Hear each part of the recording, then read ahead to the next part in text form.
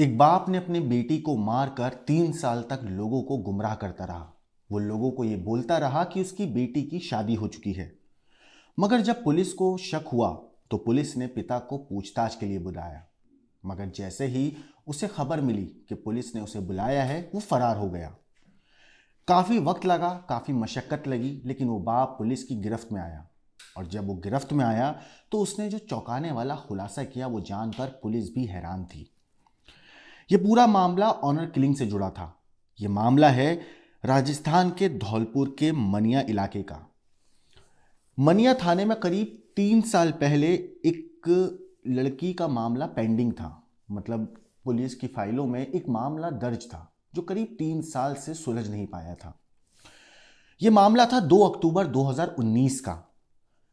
2 अक्टूबर 2019 को गांव बकचौली खार की नदी के पास एक नाबालिग लड़की की डेड बॉडी पुलिस को मिली थी और उसकी गर्दन पर एक दुपट्टे से फंदा बना हुआ था।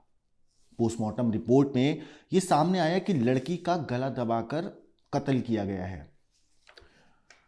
पुलिस ने इस पूरे मामले को हत्या का मामला दर्ज किया और उसके बाद अपनी जांच शुरू करी।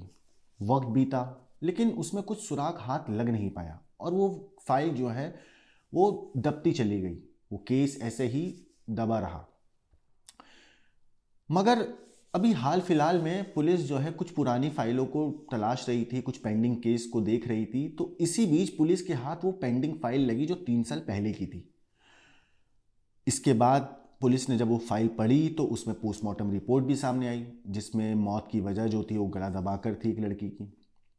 इसके बाद पुलिस ने उस मामले में मर्डर का जो केस था वो दोबारा से ओपन किया और फिर जांच की तो सामने आया कि कोलारी थाना क्षेत्र के गांव खरगपुर से विरोगी जाटव की एक बेटी उपासना उर्फ ममता 3 साल से गायब है। पुलिस ने जब विरोगी को पूछताछ के लिए बुलाया तो वो फरार हो जाता है। पुलिस ने फिर मुखबिरों को सूचना दी और फिर अपना पूरा नेटवर्क बिछाया, जिसके बाद विरोगी जाटव को उत्तर प्रदेश के आगरा जिले में पार्वती नदी के किनारे से गिरफ्तार किया गया। आरोपी ने पुलिस की पूछताछ में बताया कि 3 साल पहले उसकी बेटी गांव के एक लड़के के साथ भाग गई थी, मगर कुछ दिनों के बाद वो वापस लौट आई। लेकिन वापस लौट आने के बाद भी उस लड़की ने जिस लड़के के साथ भागी थी उससे बात करना बंद नहीं किया, जिससे तंग आकर पिता ने बेटी को ग्वालियर उसके मामा के घर भेज दिया। लेकिन ग्वालियर जाने के बाद भी वो लड़की उस लड़के से लगातार बात करती रही। पिता ने बार बार समझाया, बेटी से मिन्नतें करी, गुजारिश करी, लेकिन बेटी नहीं मानी और वो लगातार उस लड़के के टच में रही। फिर 1 अक्टूबर 2019 को जो पिता है वो अपनी बेटी को घर ले जाने के लिए ग्वालियर पहुंचता है और फिर यहाँ से मनिया रेलवे स्टेशन से बेटी के साथ बकचौली स्थित खार नदी के पास पहुंचा और जहां उसने अपनी बेटी का उसी के दुपट्टे से गला दबाकर उसको मौत के घाट उतार दिया। इसके बाद अपनी बेटी की जो लाश थी वो नदी किनारे फेंक दी और गांव वापस आ गया। गांव में वापस आने के बाद पिता ने पूरे गांव में ये बात फैला दी कि उसने ग्वालियर में ही अपनी बेटी की शादी कर दी है। गांव वालों ने इस बात पर यकीन भी कर लिया। वक्त बीता, वक्त के साथ साथ ये बात ख़त्म सी हो गई। लोगों को दिमाग से निकल भी गई कि ऐसा कुछ था या उनकी बेटी थी। सबको यही पता था कि बेटी की शादी ग्वालियर में हो चुकी है और वो अपने घर में बड़ी खुशी से रह रही है। इसी बीच कुछ पेंडिंग फाइलों को पुलिस तलाश रही थी और उनका निपटारा करना था उन पेंडिंग फाइल्स का। तो उन्होंने करीब 1 हफ्ते पहले कुछ फाइलें ऐसी तलाश रहे थे तो उनकी नज़र एक पेंडिंग फाइल पर पड़ी। जब उसे देखा तो उसमें नाबालिग लड़की की मौत के मामले में पोस्टमार्टम एक रिपोर्ट नजर आई। अब इसमें लड़की का जो दम घुटने से मौत लिखी गई थी कि उस पोस्टमार्टम रिपोर्ट में था कि वो जो लड़की नाबालिग थी उसका दम घुटने से मौत हुई है। उन्होंने जब एफएसएल से आई रिपोर्ट देखी तो उसमें भी सेम चीज़ लिखी हुई थी। खैर, मामला 3 साल पुराना होने पर सभी थानों को इस पूरे मामले की सूचना दी पुलिस ने और गुमशुदा लड़कियों की जानकारी मांगी।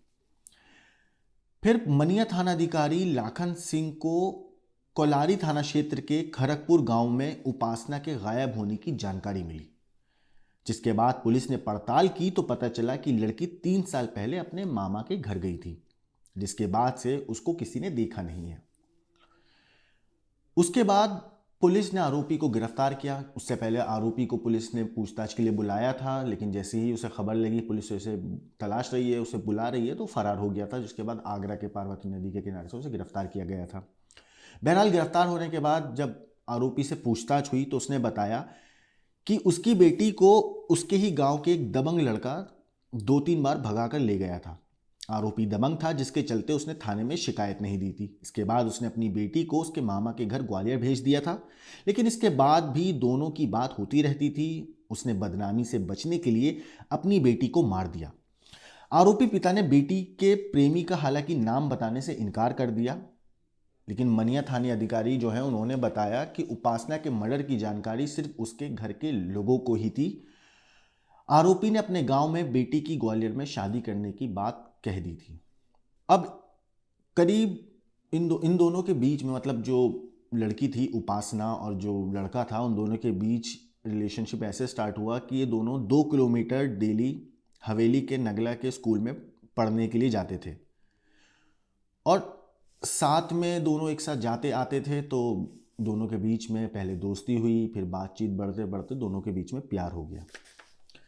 प्यार बड़ा, लड़की भागी, घर से भाग जाती थी और पिता ने अपनी बेटी को इसी चीज़ के बदनामी के डर से बचने के लिए कि बार बार मेरी बेटी भाग रही है, मना करने पे भी नहीं मान रही है, तो पिता ने अपनी बेटी को ही मौत के घाट उतार दिया और 3 साल तक उसकी मौत का राज अपने सीने में दबाए रखा और दुनिया के सामने हंसी खुशी अपनी ज़िंदगी बिताता रहा।